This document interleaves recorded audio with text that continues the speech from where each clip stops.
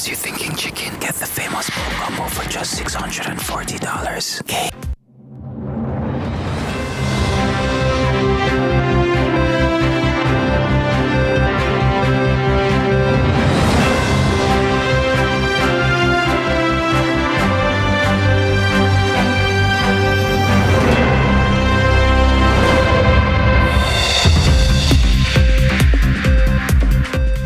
Tonight in CVM News at 7, NARRA in focus.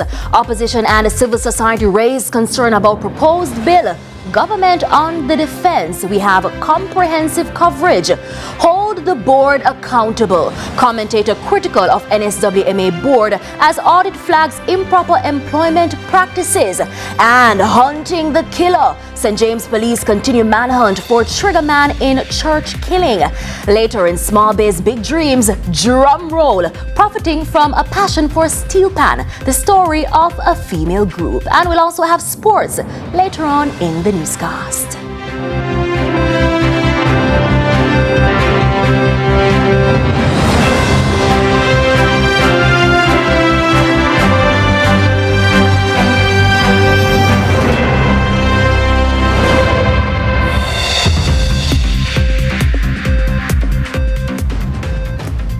From Kingston, Jamaica, this is CVM News at 7 for this Monday, April 27, 2026. I'm Amoy Harriott. Thanks for joining us. Up first this evening, the opposition and 28 civil society organizations and individuals are raising serious concerns about what they describe as the limited scope of engagement surrounding the National Reconstruction and Recovery Authority NARRA Bill. But the government continues to defend the bill, noting that debate forms a normal part of the democratic process. We kick things off with civil society as Jamaica Environment Trust, JET, says the groups have written to both the government and opposition, but to date, no response. We're not saying no to a NARRA. There is a use, there's important use for a NARRA to be set up. However, the way the bill is at the moment has some serious limitations. CEO of the Jamaica Environment Trust, Dr. Teresa Rodriguez Moody, in an interview with CVM News on Monday. JET is among 28 organizations and individuals who have written to the government expressing concerns about aspects of the NARRA bill. Other entities include Jamaicans for Justice JFJ, the Jamaica Accountability Meter Portal JAMP, and the National Integrity Action NIA. Among their concerns, weak provisions for transparency, accountability, and public participation, the absence of a clearly defined governing board with delineated responsibilities, and inadequate safeguards to ensure long-term resilience, environmental protection, and public trust. This is being raised by multiple different parties, not just opposition, not just civil society. We have Master Builders Association, so we have different groups that are raising these concerns. And we think that there needs to be some genuine multi-stakeholder consultations urgency that the government also says is necessary in order for the country to build back post-Melissa. Dr. Moody says while she understands the need for urgency, a lot can go wrong if the bill is rushed. You take the guesswork out.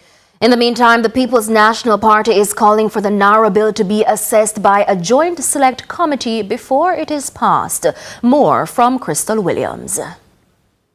NARRA bill in its current form is unacceptable. This from Deputy Spokesman on Productivity, Efficiency and Competitiveness, Senator Cleveland Tomlinson, echoing the views of the People's National Party and other critics on the newly tabled National Reconstruction and Resilience Authority NARRA bill. Senator Tomlinson says the bill as is should not be passed, but should be subjected to widespread feedback. Not only parliamentarians, but civil societies and other interested parties who will be willing to opine on what should be included in the bill. It concentrates too much power, disproportionate power in the hands of the minister and the CEO. He acknowledged the announcement of the Jamaica Reconstruction and Resilience Oversight Committee, JAMROC, by the Prime Minister as an accountability body for the authority. However, he argues it has no legal underpinning, adding that it does not provide any sufficient statutory oversight for an entity that will manage billions of US dollars. It doesn't have any legal powers emanating from the bill. It essentially can be dissolved by the minister at any time and can function, its existence can function at the whims and fancies of the minister. He insists the current drafting of the NARRA Bill has fundamental flaws. There is no requirement for a statutory board. There is no internal auditor. And there are no clear risk management functions. The bill as is an affront to accountability and good governance. And quite frankly, this government does not have the track record of probity in government and prudent management without corruption and questionable acts for them to have the temerity to bring this bill to Parliament as is. Krystol Williams reporting for CVM News. Meanwhile, Minister with responsibility for works Robert Morgan is defending the NARRA bill. He says the legislation will be critical in helping his portfolio move forward, particularly in the wake of the destruction left by Hurricane Melissa. Mr. Morgan argues that with streamlined processes, the bill will allow for faster reconstruction and improved delivery of infrastructure projects across the island. We know that we have a lot of road problems in Jamaica. Even here at our area council, many of the delegates were commenting on the challenges that they have with potholes. And I'm sure many persons across Jamaica have the same issues with potholes. What we're trying to do with NARRA is to spur development and spur growth, to create an environment where the government is able to spend money to improve the lives of all Jamaicans. Yes, there are other programs that are going to be advanced over the next several weeks to deal with the regular road maintenance, but the bill and the actions coming after the bill will signal a massive boost to development in the country. Bypasses from major towns, connections between Williamsfield and let's say Montego Bay, hospitals that we're going to be building, schools that we're going to be building, and building resilience to assist our country in building back stronger in a more resilient way. And State Minister in the Ministry of Local Government, Delroy Williams, says he sees no problem with the NARRA bill. Here once again is Krystol Williams.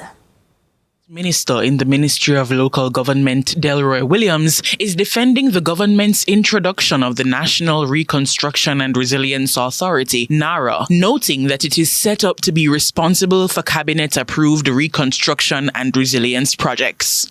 I see no problem. I definitely see no problem. As a matter of fact, when you go through the NARRA bill, it borrows a lot, in my view, from the Town and Country Planning Act. For the minister, or in this case, or the authority to determine how the manner in which an application is dealt with and processed, that is powers already under the Town and Country Planning Act, and that is borrowed and placed into the NARRA bill. So there is nothing new here. He argues the introduction of the bill is to expedite the approval processes for reconstruction and resilience projects, along with strategic investment projects. The timely completion of these projects approved by Cabinet is very important as part of and in the public interest, and that is very clear in the bill. Minister Williams dismissed suggestions that the NARRA bill is problematic simply because some members hold differing opinions, saying such disagreements are a normal part of the democratic debates.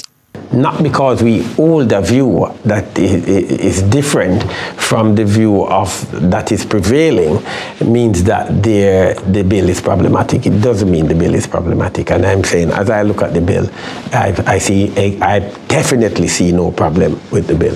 Krystol Williams reporting for CVM News. To other news now, the board should be held accountable. That reaction from political commentator Lloyd B. Smith following reports of irregular human resource practices at the National Solid Waste Management Authority, NSWMA. An internal audit has uncovered the appointment of 4 senior directors who didn't meet the minimum qualification requirements. These positions carry a combined annual salary of $43 million. Speaking moments ago on CVM's lead story, Mr. Smith said matters like these, which isn't the first such incident in a government agency in recent years, should not be tolerated. From all indications, it would appear that this has been par for the course. In other words, over these many decades in the civil service, there has been the tendency to employ persons more so based on their particular affiliations or connections. The various criteria for these posts need to be fully examined, and the board should be held accountable against that backdrop, as it should be seen whether or not the persons so employed did they go through a process of interviewing which would have looked not only at their persona but at their qualifications and experience. It would appear that such issues may have been overlooked and that a sort of arbitrary selection process was adopted. And this would be setting, and indeed is, a dangerous precedent in the public service and should not be tolerated. I suspect that there ought to be very serious consequences. Police in St. James say they are stepping up operations following last week's deadly shooting at the Montego Bay New Testament Church of God. But even as the probe continues, there are growing concerns about an increase in murders and how conflicts are being resolved. Akeem Harriott has this CVM News follow-up. Following last Wednesday's deadly shooting at the Montego Bay New Testament Church of God, police in St. James are ramping up their presence across the division. Commanding Officer Senior Superintendent Aaron Samuels says the force is doing everything possible to track down the gunman behind the attack. We are following some very strong leads, and we really believe that a major breakthrough will come through very soon. So we just want to support the church at this time, and we're not here for the media. We're just here to ensure that the church recognizes that they have the police here to support them. Since the start of 2026, St. James has recorded 22 murders, 3 more than the 19 recorded over the same period last year. SSP Samuels says a significant number of these killings are linked to gang activity. 10 of these murders are interpersonal. We have 7 of these murders that are gang-related. The rest are criminal and non-gang. So we just want persons to understand that St. James is seeing a marked improvement in the situation that was years gone by where we were overrun with gangs. But beyond the figures, St. James Top Cop is also sounding the alarm on how disputes are being handled. He says too many conflicts are now ending in violence. What we are seeing now is a situation where persons are finding it hard to resolve their conflicts in a meaningful way. And we are asking that persons, rally around each other, seek some conflict resolution. There are different mediums that we can, overcome our conflicts and to have meaningful solutions rather than taking somebody's lives or hurting someone.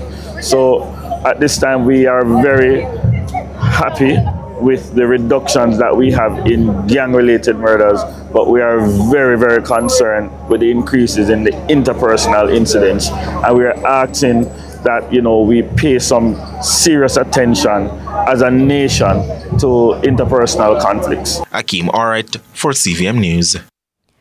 Opposition leader Mark Golding is renewing calls for the widespread use of body-worn cameras within the Jamaica Constabulary Force, saying they're critical for transparency and accountability amid concerns over police fatal shootings. He says that the technology is a proven international tool that can help restore public confidence and reduce perceptions of injustice during police operations. There is no principled objection no principled objection to the policy of body-worn cameras being worn, especially on specialized operations when the bulk of those killings take place. And those of us who are in constituencies as the elected representatives of the people where these incidents are happening, feel it for the families and the friends and the communities who are impacted when perceived injustice arises, and it is happening too often, and the Minister of National Security should not pretend that there is no need for body-worn cameras or it's not viable. Let's head to a break, but stay with us. More news when we come back.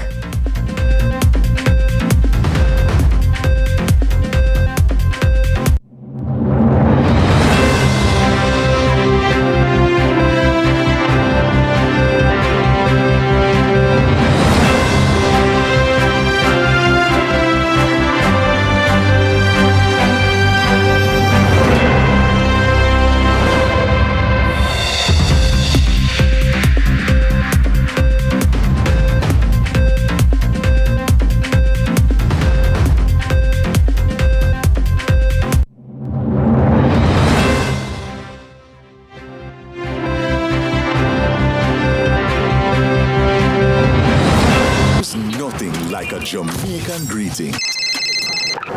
Hello. Blessings. Yo, man them.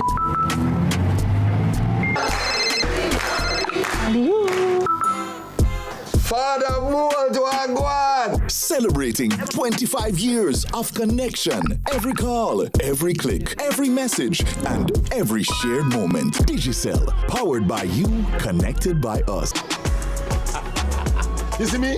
Me love my food and my ketchup run the flavor in so many ways. Miss Power, I want to turn up your food, sir. My secret ingredients, calcium tomato ketchup, run the flavor. Richer, thicker, and more of more than ever. Give me all the ketchup.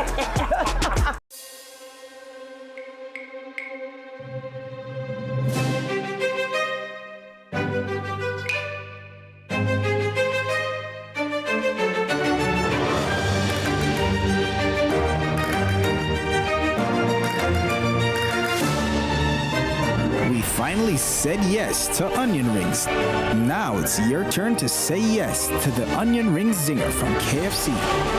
KFC, it's finger licking good.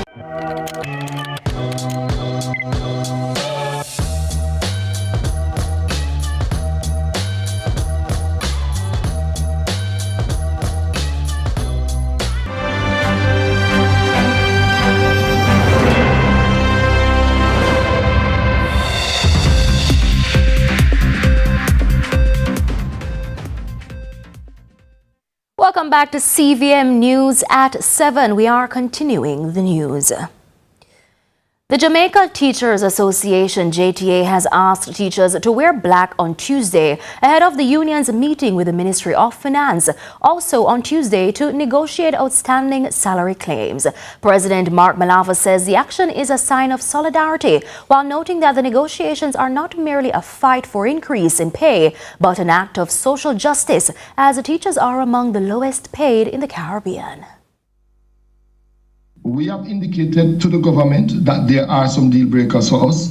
Again, these deal breakers are anchored into research, they are anchored into reports, they are anchored into best practices. And we are saying to the government that if they are serious about advancing the cause of education, then they have to treat with us. For us, we maintain that for us it is not merely a fight for increased salaries and conditions of service. For us, it's really a fight for social justice. Our teachers, Jody, are amongst the lowest paid in the Caribbean, as indicated in one of the latest CAPRA reports. We are nation builders, and we need to be treated as nation builders. Now, concerns are mounting in St. Catharines' Helshire community over beach safety, as residents say repeated requests for basic protections have gone unanswered by the Urban Development Corporation. Chairman of the All Helshire Leadership Council, Delford Julel, says multiple drownings this year have intensified calls for fencing, signage and stronger oversight at hazardous waterfront areas. It's been a number of years that we would have been raising this concern. It goes back to the UDC is responsible for the Helshire area, and their different facilities. They have the Two Sisters Cave, and they have all the different properties that they manage. And the beach is also a part of the properties that you have to access through their properties to get to the beach. We really need a roundtable discussion with all the relevant stakeholders: the UDC, NEPA, the Portland Municipal Council, and whoever else is responsible for beach control. There was an emotional moment in court on Monday during the Clansman gang trial as a prosecution witness recounted seeing her daughter's lifeless body for the final time. Our reporter Carla Ramdeen was in court. Another prosecution witness testified on Monday that her daughter died in February 2021 from kidney failure and COVID-19. When asked how her daughter appeared, the witness became visibly upset and began to cry before responding. She was vexed. Her face was vexed. The presiding judge, Justice Dale Palmer, sought clarification, asking if she was referring to seeing her at the funeral. Still in tears, the witness agreed and added that her daughter, who was brown, appeared black. She explained that the only way she recognized her was because she was her daughter. The prosecution then sought to clarify the condition of the deceased. What state was she in? The witness replied, dead. The prosecution then asked if she would be able to recognize her daughter again. The witness responded, I know her by her features, her face, everything. During the proceedings, the prosecution attempted to show a document to the witness, but an objection was raised by the defense. The defense argued that no proper foundation had been laid and that the witness could not speak to the nature of the document, making it inappropriate. But the prosecution clarified that the document was not being introduced for that purpose, but rather for identification of the image. The witness was then shown the image and identified it as her daughter. The image was then admitted into evidence.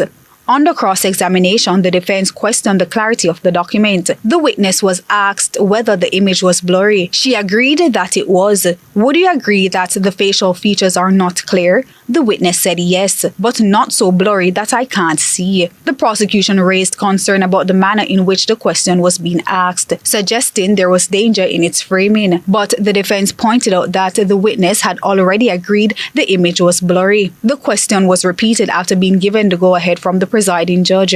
Do you agree the document is blurry? The witness said, yes, it is blurry. Isn't it true that it is so blurry that the facial features are not clear? The witness replied, yes. The defense, Paul Gentles, who represents the accused Michael Wildman and Jerome Spike, inquired about the relation the witness's daughter had with the deceased Noah Smith. Do you know if your daughter worked for Noah Smith? The witness told the court she was not aware of the person her daughter worked with. The evidence relates to count 15 and 16 of the 32-count indictment brought by the Crown in connection to the 2020 robbery and murder of Noah Smith in St. Andrew. The accused are Michael Wildman, Jerome Spike, Nashawn Guest, and Giovanni McDonald, who are alleged to have knowingly facilitated the commission of these offences. Meanwhile, attorney Shannon Clark, who represents the accused Ryan Harrison, who is not under these counts, objected to the image identified by the witness and tendered into evidence. Clark argued that the evidence does not qualify to be admitted as an exhibit and should only be marked for identification. The presiding judge indicated that, sitting alone, he would hear what would normally be considered voir dire evidence. He stated that if during the 31D application the evidence does not meet the required threshold, he would not be entitled to consider it. Carla Ramdeen, CVM News. A burden on the society. How experts are labeling the prevalence of teen mothers in Jamaica. Now, the Heart and Vascular Center's inaugural 5K Run for Mom, slated for Mother's Day, is a move to raise funds and awareness about the challenges facing young mothers. Natasha Williams has the details.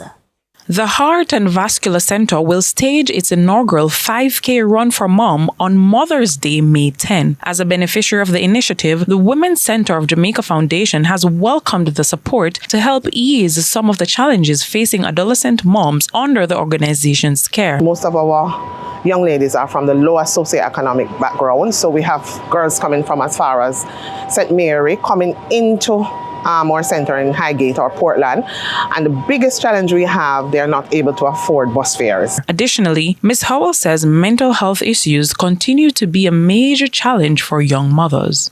So because of the trauma that some of them have been exposed to, they do encounter mental health. So our counselors and the counseling program that we have kind of help them a lot. Director of the Heart and Vascular Center, Dr. Lorraine Scott, says the 5K Run for Mom is aimed at initiating a conversation about young and vulnerable moms. And at the root of families is our mothers. All we need to do is support our mothers, particularly vulnerable mothers, so that we strengthen communities and strengthen Jamaica. Dr. Scott adds that one of the center's aim is to also bring awareness to cardiovascular issues that may arise during pregnancy.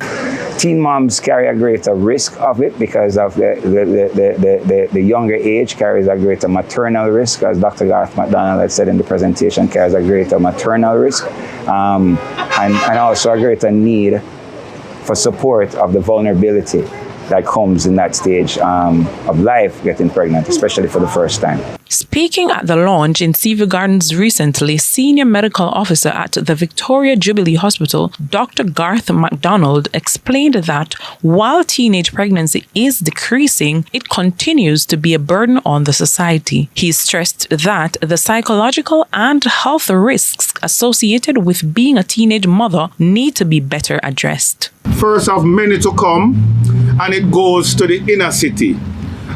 So we are about removing stigmas, reducing stigmas, and treating every potential cause that will cause us to have maternal morbidities, mortalities.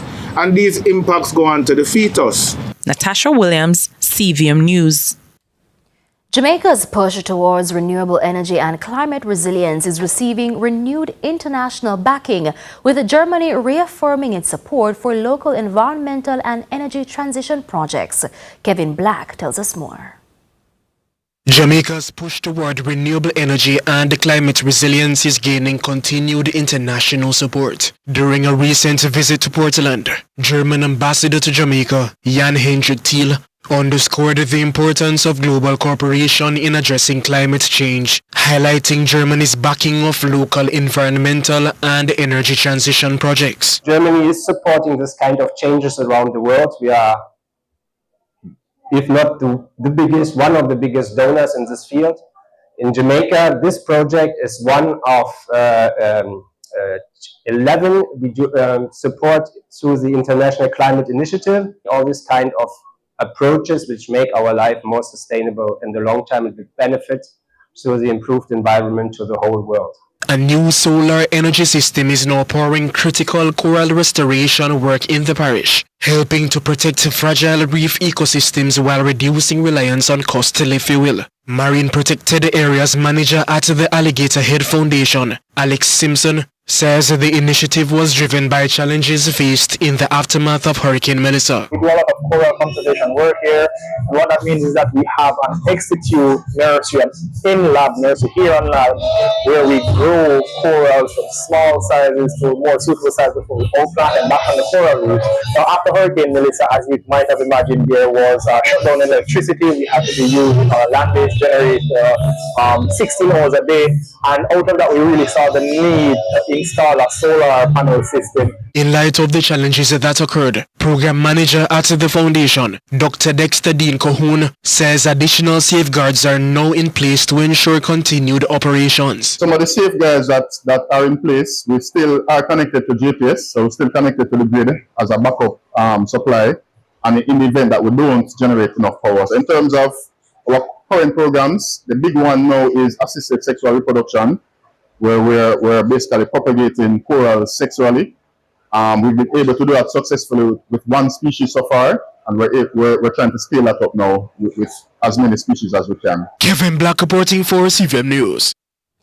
The Caribbean Examinations Council, CXC, is calling on the region to rally behind students ahead of the May-June 2026 exam season. In a message to candidates, Registrar and CEO Dr. Wayne Wesley urged students to approach their exams with confidence while prioritizing their mental health and well-being. This year's sitting is being described as historic, with the rollout of a new Caribbean Targeted Education Certificate, or CTEC, pilot in math. More than 2,400 candidates across 13 countries are participating in the program, which forms part of efforts to expand flexible learning pathways in the region.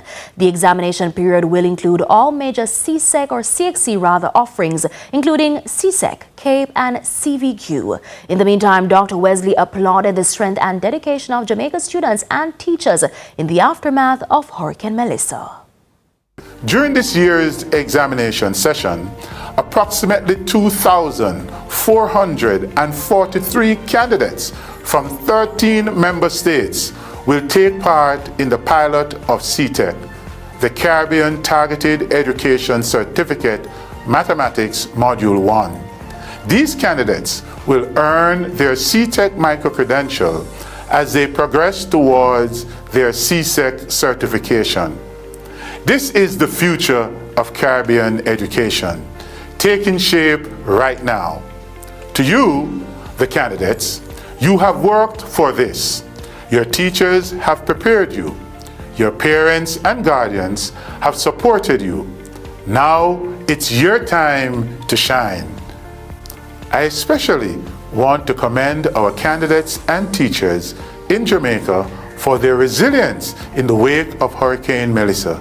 Because of your commitment to recovery and continuity, many of those students who were affected are prepared to sit their examinations along with the wider region. Let's head now to a break, but stay with us. More when we come back. Say yes to the new onion ring zinger from KFC. The time by KFC is 7:30. There's nothing like a Jamaican greeting. Hello. Blessings. Yo, man them.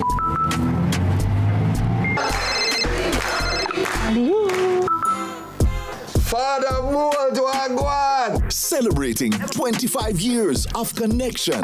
Every call, every click, every message, and every shared moment. Digicel, powered by you, connected by us.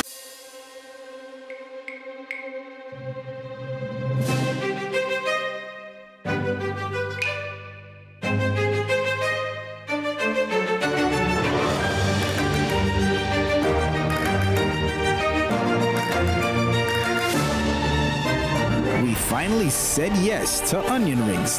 Now it's your turn to say yes to the onion ring zinger from KFC. KFC, it's finger licking good. Hey, what I want? Hi, I am Candy Pang.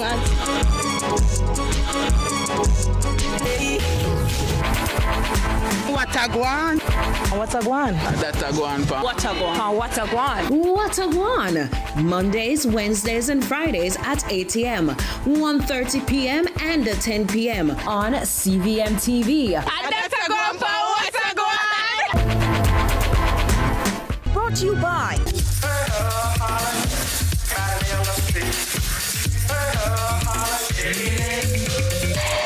Some things are perfect from the start. Smirnoff.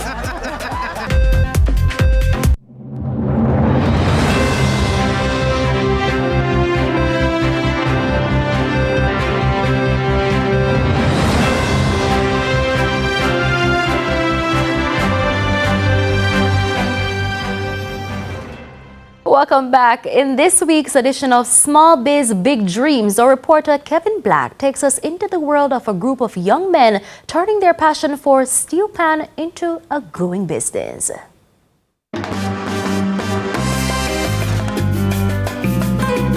Tonight on Small Biz, Big Dreams, we take our program and use it to highlight good music. This is Small Biz, Big Dreams. In a space where steel pan is often overlooked, 3 women are changing the sound and the business of it. RSI Steel, an all-woman group based in Kingston and St. Andrew, is blending tradition with a modern edge while building a brand of their own. The steel pan originated in Trinidad and Tobago, began as an oil drum. What you're seeing here is not the first raw product. This is the finished product. So it was a flat surface. What they had to do, they had to sink it. After they did that, they marked out where each note would go, and then the shape of the note, they added grooves. So one of the things that we explore that will step out of that Caribbean feel is to incorporate steel pan with contemporary music. Formed out of a need for more professional, small-scale steel pan entertainment, the group has spent years carving out its space in the industry.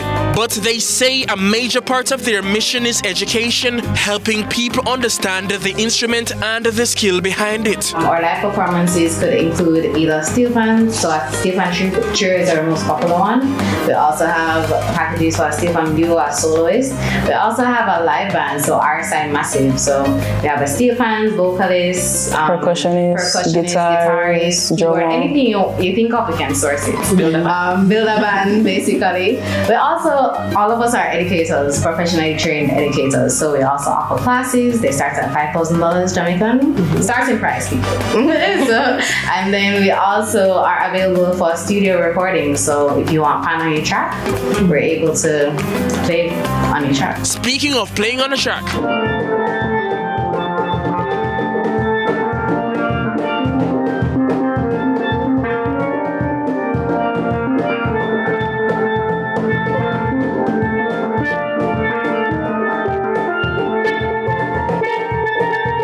from its origins in Trinidad and Tobago to its delicate design, they say the steel pan requires care, respect, and greater awareness. You'll find people, there's an incident over Carnival, you'll find people putting things in pans or bouncing them or like just literally, it's just, they're basically ignorant towards the fact that it's a musical instrument. It's very delicate, even though it's made of steel. It's very delicate. It can go out of tune, so any little thing can affect it. You can find us online on social media at RSI Steel JA. That's RSI Steel STEEL JA. And the contact numbers, my number is 876-771-8559. Reference number 876-295-5892. Next week, we move forward pushing entrepreneurs onward. Until then, for Small Biz, Big Dreams, I'm Kevin Black.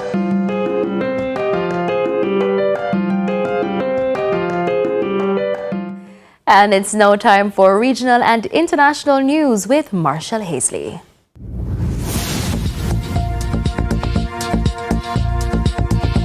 We begin with regional news. In Trinidad and Tobago, Prime Minister and leader of the UNC, Kamla Persad-Bissessel, says she's proud of the work done by her government in 12 months to change the direction of the country, while also stating that there's a lot more to do. Prime Minister Bissessel says she heard the calls of the people during the election campaign and has made major headway in providing 15,000 sustainable jobs in the government's first year, with the assurance of more to come. She further assures that her government remains committed to making Trinidad and Tobago a better place. In international news, Israel's Prime Minister Benjamin Netanyahu is calling for more military action in Lebanon, describing Hezbollah rockets and drones as a key threat. Al Jazeera tells us more. On Sunday, Israel's military told people to leave several villages north of the Litani River, far from the area it occupies by the border, and then bombed them. In one of them, Khadija Hashem says she'd been trying to rebuild her life. There were many aircraft overhead, and then they struck a village, one they previously said was safe. About half an hour later, they struck again. People didn't have enough time to evacuate. There was panic. Cars were lining up on the roads. Then, the road itself was hit. Many civilians were killed. It seemed like indiscriminate fire. In the meantime, Iran's top foreign minister Abbas Araghchi blamed Washington on Monday for the failure of Middle East peace talks as he met with Russian President Vladimir Putin in St. Petersburg, Russia. France 24 has more. This is a good opportunity to discuss the recent developments related to the war and the current situation with our Russian friends. It's important so we can carry out the necessary coordination with each other in this regard. Araghchi's visit to Russia comes as the diplomatic effort from Pakistan to bring a permanent end to the war hit